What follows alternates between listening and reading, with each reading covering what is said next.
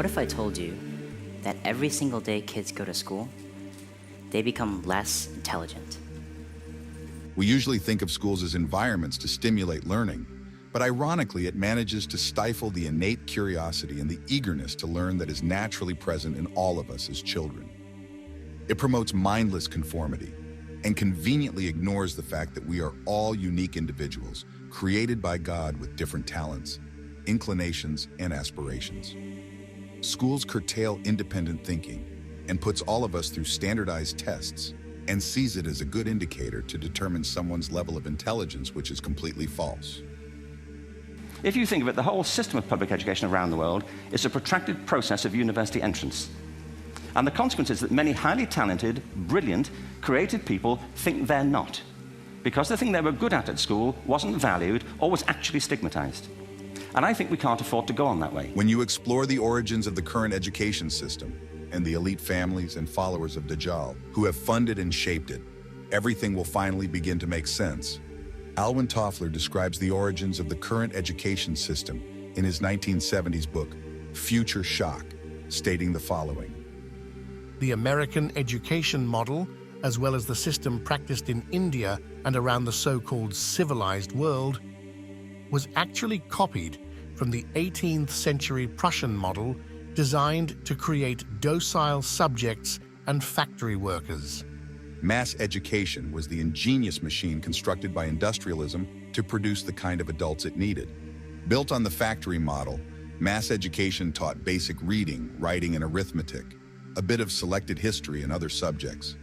Beneath it was the covert curriculum that was far more basic. It consisted of 3 courses: punctuality, obedience, and repetitive work. The basic training requirements to produce reliable, productive factory workers. Factory labor demanded workers who would take orders from a management hierarchy without questioning. And it demanded men and women to be prepared to slave away at machines or in offices performing brutally repetitive jobs and tasks. In the US, industrialists like John D. Rockefeller poured a significant amount of investment into the education system. He created the General Education Board at the ultimate cost of $129 million and provided major funding for schools across the nation and was very influential in shaping the school system. He didn't exactly conceal his interest and motive, and once stated, "I don't want a nation of thinkers, I want a nation of workers." Business advisor to Rockefeller, Frederick T. Gates, a prominent member of the General Education Board, stated, "We shall not try to make these people or any of their children into philosophers or men of learning or men of science." The educational model was perpetuated by leaders like Elwood Cubberley, who frequently used the metaphor of school as a factory. Our schools are, in a sense, factories in which the raw products, children, are to be shaped and fashioned into products to meet the various demands of life.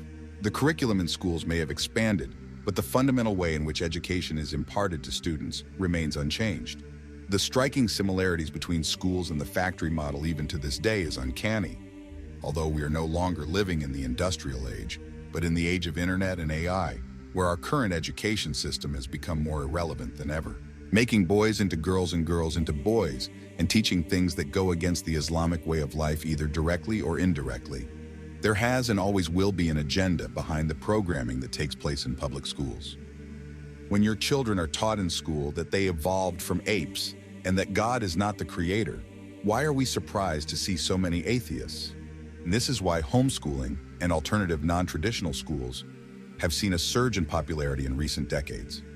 For instance, in the United States, the number of homeschooled children almost doubled, from 850,000 in 1999 to around 1.6 million in 2016. We may not be able to do our schooling all over again, but for those of us with young children, these are options well worth exploring. To truly understand the dark motivations behind Rockefeller's educational initiatives, one must explore the broader context of his industrial empire. Rockefeller, the founder of Standard Oil, wielded immense power and wealth. His interest in education was not merely philanthropic. It was a strategic move to ensure the perpetuation of his influence and wealth. By shaping the educational system to serve the needs of industry, Rockefeller aimed to create a workforce that would be docile and subservient to the economic machine. The ulterior motive was to maintain control over the labor force, ensuring that individuals remain cogs in the industrial wheel rather than empowered, critical thinkers capable of challenging the status quo. If you truly want to understand the extent of the programming that has taken place, you need to be aware of another elite family, not the Rockefellers. No, we're talking about none other than the Rothschilds. This is what happened when the richest family in the world decided to create their own country.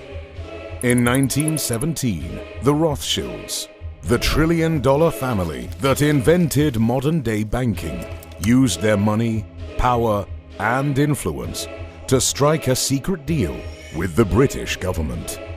That deal eventually led to the creation of the country of Israel.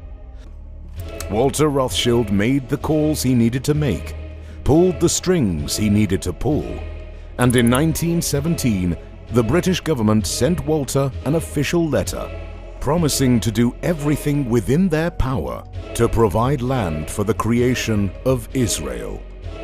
That letter redesigned the map of the world, and if you need proof, we have a copy of that letter. That letter, nicknamed the Balfour Declaration, is proof that it was the Rothschild family that created Israel. But there's even more evidence. In this interview, the head of the Rothschild family proudly explains how his ancestors created Israel. The interviewer begins by asking the question that was on everyone's mind. Why was it that this letter was sent by the Foreign Secretary to your great-uncle Walter? The reason is obvious, because it was the Rothschilds' money, power, and influence that made the British government fall in line. Years later, Britain kept their promise to the Rothschilds and provided a large piece of land to start Israel. And in May 1948, the State of Israel was officially created. What the Rothschilds did next was even more impressive. They invested millions of dollars into Israel, building schools, roads. James Rothschild single-handedly paid for Israel's Congress building, while Dorothy D. Rothschild paid for Israel's Supreme Court building. However, the more money the Rothschilds spent, the more problems they created.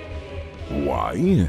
Because the land the British gave to Israel actually belonged to another group of people called the Palestinians. The population of this newly created country underwent serious programming through their schooling system, as they were taught to have a deep-rooted hatred towards the original people of the land.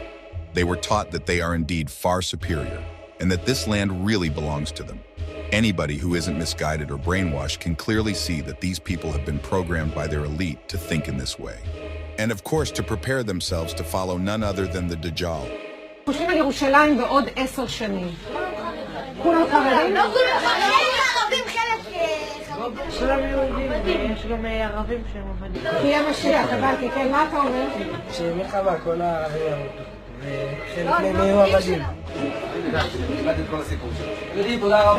All the time we deal with terror. You deal with terror? Why is there terror? Can you answer my question? Why is there terror? Because there is Islam. What? Yes. Okay,